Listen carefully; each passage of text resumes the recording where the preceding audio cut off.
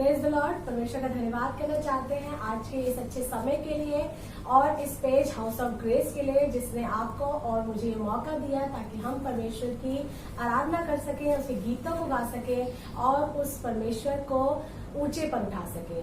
आइए प्रार्थना करते हैं और कुछ आराधना में गीत गाते हैं। धन्यवाद पिता परमेश्वर, तेरा धन्यवाद करना चाहते हैं खुदावन इस समय के लिए ताकि हम परमेश्वर तेरी आराधना कर सके और खुदावन चाहते हैं कि हमारे इस आराधना में खुदावन आप विराजमान हो परमेश्वर। आप स्तुति के योग्य हो परमेश्वर, तुम महान महान महान परमेश्वर है। चाहते हैं परमेश्वर की सारा आदर सारी महिमा हम सिर्फ और सिर्फ आपको देने वाले बन सके। धन्यवाद के साथ इस प्रार्थना को यीशु के नाम से मांगते हैं। आइए उसकी महिमा करें। तूने ही है रचाया, तूने ही है बनाया, तेरे ही फजल में जियूं। जीवन है मेरा जो है सब है तेरा, तेरे साए में जीता रहूं। तूने ही है रचाया, तूने ही है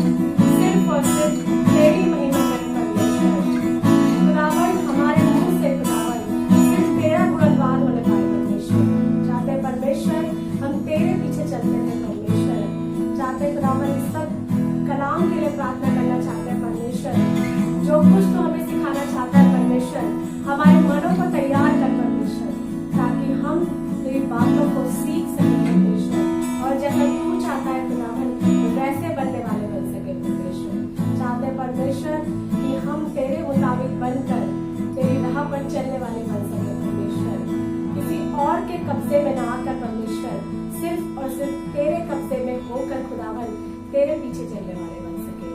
हमें तैयार कर, हमारे मनों को तैयार कर, ताकि हम तेरे वचनों को अपने हृदय में रखने वाले बन सके। धन्यवाद के साथ इस प्रार्थना को यीशु के नाम से मांगो, आमीन। आमीन। जय मसीह की। Praise the Lord. परमेश्वर का धन्यवाद करना चाहते हैं समय के लिए। आइए वचन में आगे चलेंगे जो परमेश्वर ने मुझे दिया, जो आपको मिलेगा। यहेजकेल उसका 36 चैप्टर और उसकी 26 वर्स। यहेजकेल उसका 36 चैप्टर और उसकी 26 वर्स कुछ इस प्रकार बताती है, मैं तुमको नया मन दूंगा और तुम्हारे भीतर नई आत्मा उत्पन्न करूंगा। परमेश्वर यहाँ कह रहा है कि मैं तुमको नया मन दूंगा और तुम्हारे भीतर नई आत्मा उत्पन्न करूंगा, और तुम्हारे देह में से पत्थर का हृदय निकाल कर तुमको मांस का हृदय दूंगा। परमेश्वर यहाँ पर हमारे मन को नया करना चाहता है और चाहता है कि पत्थर का हृदय निकाल दे और मांस का हृदय हमारे शरीर में लगा दे। यानी कि परमेश्वर को जो पहले कुछ पुरानी चीजें हैं वो पसंद नहीं आ रही, इसलिए वो हमारे मन को कुछ नया करना मांगता है, उसमें कुछ बदलाव करना मांगता है। वो चाहता है कि किसी भी विश्वासी भाई बहन के अंदर पत्थर का हृदय ना रहे, बल्कि मांस का हृदय रहे, क्योंकि पत्थर का हृदय परमेश्वर को पसंद नहीं। पत्थर के हृदय में फीलिंग और इमोशंस नहीं होते। पत्थर के हृदय में ऐसी कोई बात नहीं होती जो महसूस की जा सके। परमेश्वर चाहता है कि विश्वासियों के अंदर वो हृदय ना हो जो कि दर्द महसूस ना कर सके, वो हृदय ना हो जो खुशी महसूस ना कर सके। परमेश्वर चाहता है कि उसके विश्वासी बच्चे, उसके बच्चे एक दूसरे के आनंद में आनंद बना सके और एक दूसरे के दुख में दर्द को महसूस कर सके। इसीलिए तो वो कहता है क्या ही भली और मनोहर बात है कि भाई लोग आपस में मिले रहें। इसलिए वो चाहता है कि एक दूसरे के साथ हम मिले रहें, और इसके लिए बहुत जरूरी है कि हमारे अंदर पत्थर का हृदय ना होके हमारे अंदर मांस का हृदय हो। जैसे कि उत्पत्ति में जब परमेश्वर ने आदम की रचना की, तब परमेश्वर ने आदम को मिट्टी से बनाया। आइए उसे पढ़ते हैं जो आपको मिलेगा चैप्टर उत्पत्ति उसका 2 अध्याय और उसकी 7वीं आयत में लिखा है, तब यहोवा परमेश्वर ने आदम को भूमि की मिट्टी से रचा और उसके नथनों में जीवन का श्वास फूंक दिया और आदम जीवित प्राणी बन गया। यहाँ पर मैं आपको बताना चाहती हूँ कि परमेश्वर ने आदम की रचना की भूमि की मिट्टी से, और उसके बाद उसने नथनों में जीवन का श्वास फूंक दिया। इससे पहले कि आदम जीवित प्राणी बनता, परमेश्वर ने उसे मिट्टी से रचा था। यानी कि जब तक परमेश्वर ने अपना श्वास उस आदम के अंदर फूंक नहीं दिया, तब तक वो आदम जो था एक मिट्टी की मूर्ति की तरह था, एक मिट्टी की रचना था। लेकिन परमेश्वर ने उसे पथरीला रहने नहीं दिया, उसे पत्थर का रहने नहीं दिया, उसे मिट्टी का रहने नहीं दिया, परंतु परमेश्वर ने उसके अंदर अपना जीवन का श्वास फूंक दिया। उसने हमें जीवन दिया। तभी उसके आगे लिखा है कि आदम जीवित प्राणी बन गया। आदम जीवित प्राणी तब कहलाया जब परमेश्वर ने उसमें जीवन का श्वास फूंका। परमेश्वर को पथरीली चीजें नहीं पसंद है। परमेश्वर ने अपना जीवन आदम के अंदर फूंका ताकि वो जीवित प्राणी कहला सके। ऐसे ही परमेश्वर ने अपने लोगों के लिए कहा है कि जैसे उसने मूर्ति के अंदर अपना श्वास फूंक के उसे जीवन दिया है, ऐसे ही उसने कहा मैं तुम्हें नया मन दूंगा, मैं तुम्हारे अंदर से पत्थर का हृदय निकाल के तुम्हें मांस का हृदय दूंगा। परमेश्वर चाहता है कि हम हमेशा विश्वासी जीवित प्राणी बने रहें। हम पत्थर का जीवन ना जिए, हम ऊपर से आराधना ना करें, हम अपनी आराधना अपने मनों से करने वाले बन सके। आइए इस वचन को पढ़ते हैं जो आपको मिलेगा मत्ती उसका 15वां अध्याय और उसकी 8वीं आयत। मत्ती उसका 15वां अध्याय और उसकी 8वीं आयत कुछ इस प्रकार बताती है कि ये लोग होठों से तो मेरा आदर करते हैं, पर उनका मन मुझसे दूर रहता है।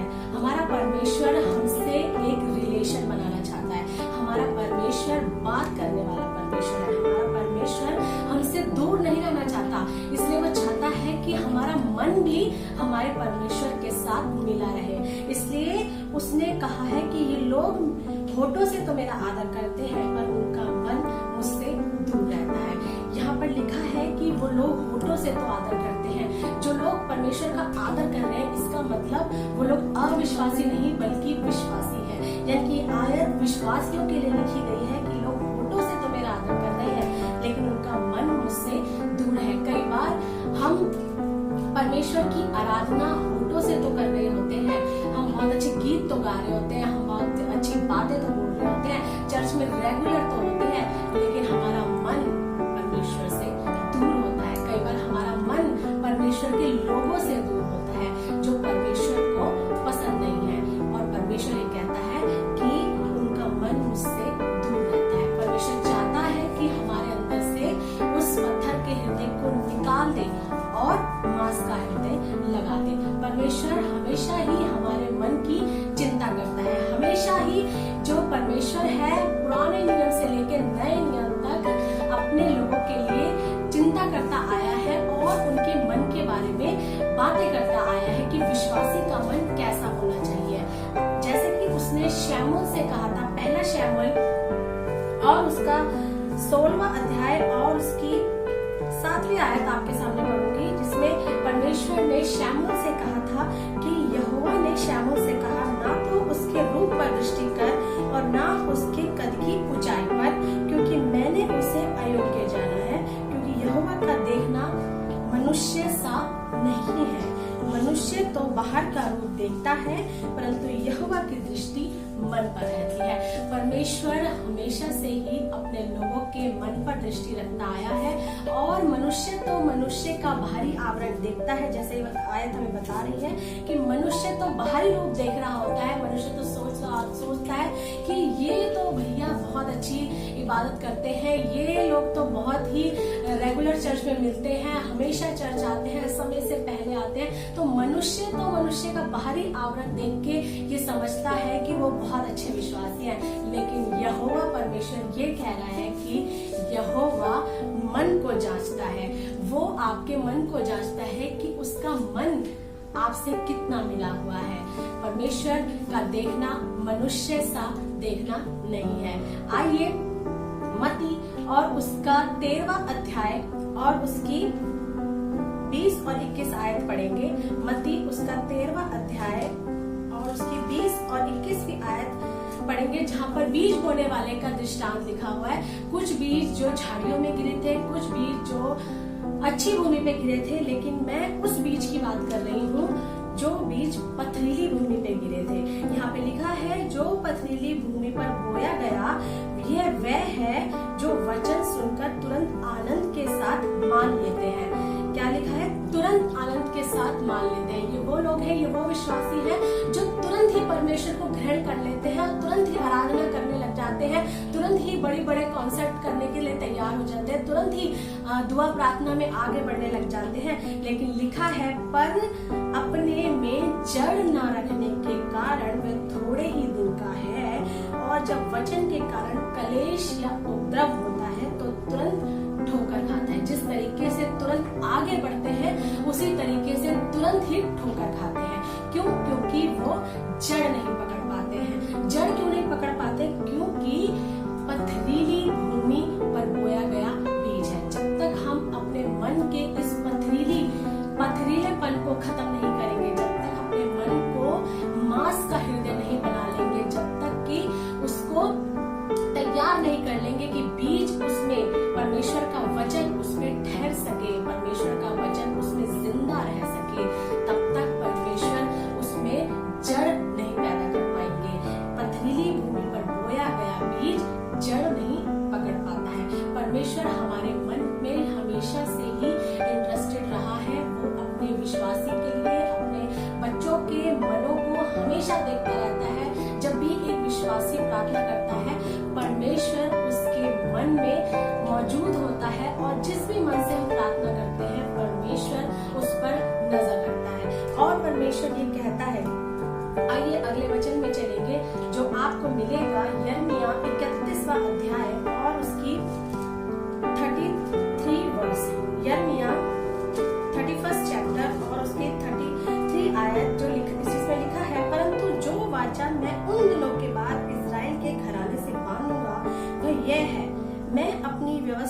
उनके मन में समाऊंगा। यहाँ लिखा है मैं अपनी व्यवस्था उनके मन में समाऊंगा। इसीलिए शायद परमेश्वर इतना ज्यादा मन के बारे में सोच रहा है, क्योंकि उसने पहले से ही ये तय कर रखा है कि मैं अपनी व्यवस्था को उनके मन में समाऊंगा। उसे पता है कि मुझे अपने बच्चों के मन में अपनी व्यवस्था को रखना है। और आयत यहाँ खत्म नहीं हो जाती है, उसके आगे आयत कहती है कि और उसे उनके हृदय पर लिखूंगा। परमेश्वर अपनी व्यवस्था को अपने लोगों के हृदय पर लिखना चाहता है। परमेश्वर पत्थर पर नहीं लिखना चाहता है, परमेश्वर अपने लोगों के हृदय पर, हृदय पत्थर के हृदय में नहीं बल्कि मांस के हृदय पर लिखना चाहता है। और आगे कहता है और मैं उनका परमेश्वर ठहरूंगा। जब परमेश्वर आपके मन में अपनी व्यवस्था को रख लेगा और आपके हृदय पर अपने वचन को लिख देगा, तब कहता है कि तब मैं उनका परमेश्वर ठहरूंगा और वो मेरी प्रजा ठहरेंगे। और यहोवा की यह वाणी है। परमेश्वर ने ये प्लान शुरू से ही बना के सेट किया हुआ है कि मैं अपने लोगों के दिलों में अपनी व्यवस्था को रखूंगा और उनके हृदय पर अपने वचन को लिखूंगा। इसलिए परमेश्वर शुरू से ही जब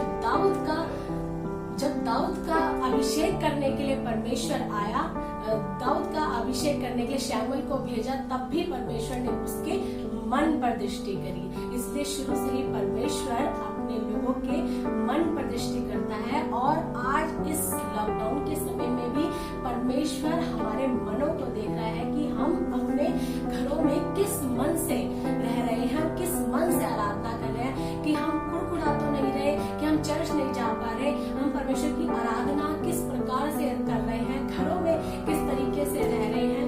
परमेश्वर की नजर अब भी अपने विश्वासियों के, अपने लोगों के मन पर लगी हुई है। नीति वचन उसका 4 अध्याय और उसकी 23वीं आयत कुछ इस प्रकार बताती है। नीति वचन उसका 4 अध्याय और उसकी 23वीं आयत ये कहती है सबसे अधिक अपने मन की रक्षा कर, सबसे अधिक अपने मन की रक्षा कर, क्योंकि जीवन का मूल स्रोत यही है। परमेश्वर ने जीवन का मूल स्रोत क्या है, इस बात का राज नीति वचन में खोल के रख दिया है कि जीवन का मूल स्रोत यही है कि सबसे अधिक अपने मन की रक्षा कर। परमेश्वर ने ये कहा है कि मैं अपनी व्यवस्था को अपने लोगों के मन में समाऊंगा। इसीलिए वो कह रहा है कि मुझे एक स्थान है जहाँ पर अपनी व्यवस्था को रखना है, एक स्थान है जहाँ पर अपनी बातों को लिखना है। इसलिए तो उस स्थान की सबसे अधिक रक्षा कर। ऐसा नहीं है कि तू उसकी रक्षा ना कर, तू सबसे ज्यादा अपने पैसे की रक्षा मत कर, तू सबसे ज्यादा अपनी प्रॉपर्टी की रक्षा मत कर, सबसे ज्यादा अपनी चीजों की रक्षा मत कर, वरना सबसे ज्यादा किस चीज की रक्षा कर? अपने मन की, क्योंकि सबसे अनमोल चीज परमेश्वर वहां रखने वाला है अपना ये वचन, अपनी ये व्यवस्था। परमेश्वर का धन्यवाद हो कि परमेश्वर इतना महान परमेश्वर है। लेकिन जब हम परमेश्वर को ग्रहण करते हैं तो परमेश्वर हमारे मन में अपने वचन को रखने के लिए तैयार हो जाता है। हम तो मैले चिथड़ों के समान हैं, लेकिन फिर भी परमेश्वर कह रहा है कि मैं उनके मनों में अपना वचन रखना चाहता हूँ। आपको सिर्फ ज्यादा कुछ नहीं करना। अगर आप भी चाहते हैं कि परमेश्वर का वचन आपके दिल में रहे, तो आप सिर्फ उससे प्रार्थना कीजिए कि परमेश्वर मेरे शरीर से पत्थर का हृदय निकाल कर मांस का हृदय बना दे। क्योंकि जब हम इस प्रार्थना को करते हैं तो परमेश्वर तुरंत ही हमारे हृदय में परिवर्तन करना शुरू कर देते हैं। परमेश्वर हमारा बहरा नहीं है जो हमारी प्रार्थना को सुन ना सके।